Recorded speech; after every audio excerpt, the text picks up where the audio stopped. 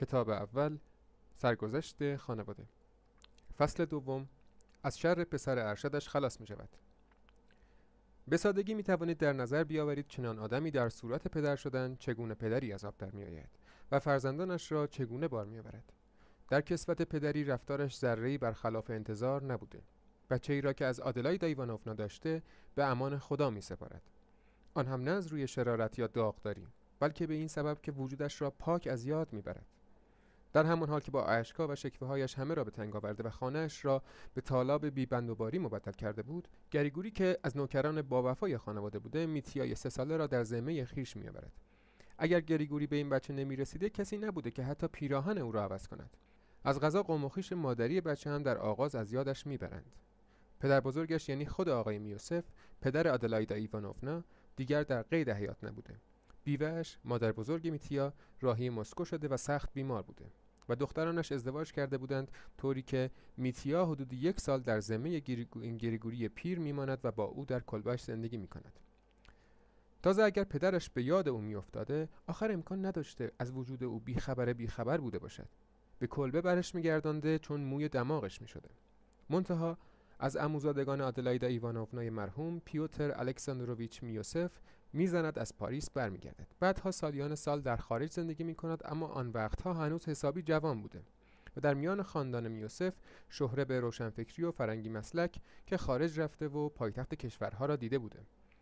نزدیک به پایان زندگیش جزو لیبرال هایی می شود که در دهه‌های 40 و 50 رواج داشته. در دوران فعالیتش با بسیاری از لیبرال های دو آتشه زمانش هم در روسیه و هم در خارج برخورد کرده بود. شخصا به حضور پرودون، پی جی پرودون، سوسیالیست فرانسوی، و باکونین، ام ای باکونین، آنارشیست مشهور روسی، رسیده بوده و در سالهای آخر عمر بسیار مشتاق بوده درباره 3 روز از انقلاب فوریه 1848 پاریس توضیح دهد و میگفته که خودم نزدیک بوده در جنگ در ساخلوها شرکت کنم. یکی از آرامش بخشترین یادهای جوانیش همین بوده. ملکی مستقل داشت با حدود 1000 رعیت. ملک با شکوهش در کناره شهر کوچک ما قرار داشت و با زمین‌های صومعه مشهورمان هم مرز بود. و پیوتر الکساندروویچ هنوز با پا به ملک نگذاشته شروع می‌کند به پرونده سازی از بابت حق ماهیگیری در رودخانه یا چوببری در جنگل، به درستی نمی‌دانم کدام. در کسوت شهروند با فرهنگ وظیفه خودش می‌دانسته که با روحانیان در افتد. به شنیدن به سرآمده‌های آدلایدا ایوانوفنا که البته به یادش می‌آورد و زمانی به او علاقه‌مند بود و پس از اطلاع از وجود میتیا با وجود خشم و نفرتی که از فیودور پاولویچ به دل داشته، پا به میان می‌گذارد. برای نخستین بار از در آشنایی با شخص اخیر برمی‌آید و مستقیما به او می‌گوید که می‌خواهم تربیت بچه را به عهده بگیرم. مدت‌ها بعد میگفته که حرف میتیا را که به میان آوردم، فیودور پاولویچ زمانی چنان نگاه میکرد که گویا نمیفهمد صحبت کدام بچه در میان است و انگار از شنیدن این موضوع که بچه‌ای در خانه دارد شگفت زده شده بود. چه بسا که این روایت اغراق‌آمیز بوده باشد، با این همه قطعا نشانی از حقیقت داشته است. اما راستش فیودور پاولویچ سراسر عمر شیفته بازیگری بوده و خوش داشته به ناگهان نقش غیرمنتظره‌ای بازی کند و جالب این که گاهی برای این کار، مثلا در موضوع اخیر، گذشته از این که انگیزه‌ای نداشته به ضرر خودش هم بوده. با این حال این عادت وجه مشخصه بسیاری از آدم هاست، آدم‌های بعضن بسیار زیرک و نه چون فیودور پاولویچ.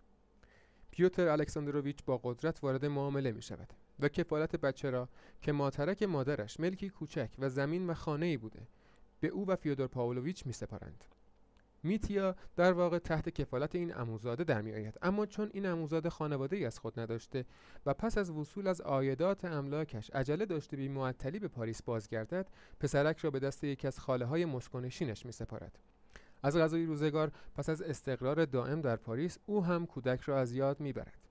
به خصوص انقلاب فوریه که پیش میآید چنان تأثیری بر ذهنش میگذارد که مابقی عمر از لوح ضمیرش پاک نمیشود. بانوی مسکویی میمیرد و میتیا در کفالت یکی از دختران شوی کرده این بانو در میآید. فکر میکنم میتیا بعدها خانه‌اش را 4مین بار عوض میکند. در این باب اکنون تفصیل نمیدهم، چون بعداً از نخستزاده فیودور پاولویچ حرف زیادی برای گفتن دارم و حالا باید خودم را محدود کنم به واقعیت بسیار اساسی درباره او که بدون آن داستانم شروع نمیشود. نخست این که این دمیتری فیودوروویچ از 3 پسر فیودور پاولویچ تنها پسری بوده که با این باور بار میآید که ملک دارد و به سن قانونی که برسد مستقل میشود.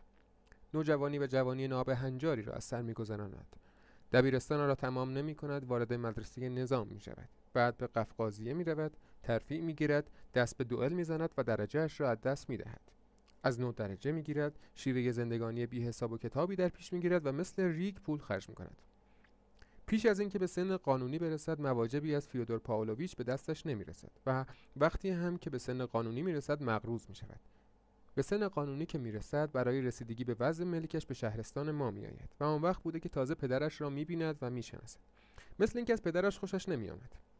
زمان کوتاهی نزد او میماند و در رفتن شتاب میکند و همینقدر موفق میشود مختصر پولی بگیرد و درباره درآمدهای آتی ملکیش به قرار و مدارهایی با پدرش برسد و البته از دستش بر نمیآمد که از عایدات یا قیمت آن صورت حسابی از او بگیرد که در خور ذکر است.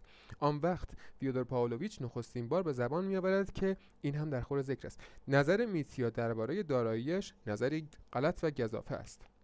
خاطر فیودور پاولویچ از این موضوع بسیار خرسند می شود چون با نقشه‌هایش جور در می آمده. منتها شستش خبردار می شود که جوانک آدمی سبکسر و گردنکش و جوشی و کم حوصله و ولخرج و پول بی درد سر که به دستش برسد وقتش خوش می شود و البته دیر نمی پاید. پس فیودور پاولویچ در کار سوء استفاده از این خصلت می شود و گاهی اندک پولی اقساطی برایش می فرستد. نتیجه اینکه 4 سال بعد که میتیا کاسه صبرش لبریز می شود و بار دوم به شهر کوچک ما می آید تا حساب خودش را با پدرش یکسره کند، در کمال حیرت معلومش می شود که کل قیمت داراییش را نقدن از فیودور پاولویچ گرفته و شاید هم بدهکارش باشد و با قرار و مدارهایی که به خواست خودش در تاریخ‌های پیشین بسته است حق ندارد بیش از این متوقع باشد. و چه جوانک مستحصل می شود، نیرنگ و تقلب در کار می بیند و نزدیک بوده به سرش بزند. راستش هم این که وضع و حال به فاجعه‌ای منجر می شود که شرح آن نخستین رمان افتتاحیه یا بهتر بگویم رویه بیرونی آن را می سازد. منتها پیش از پرداختن به این رمان لازم است مختصری از 2 پسر دیگر فیودور پاولویچ و اصل و نسبشان بگویم.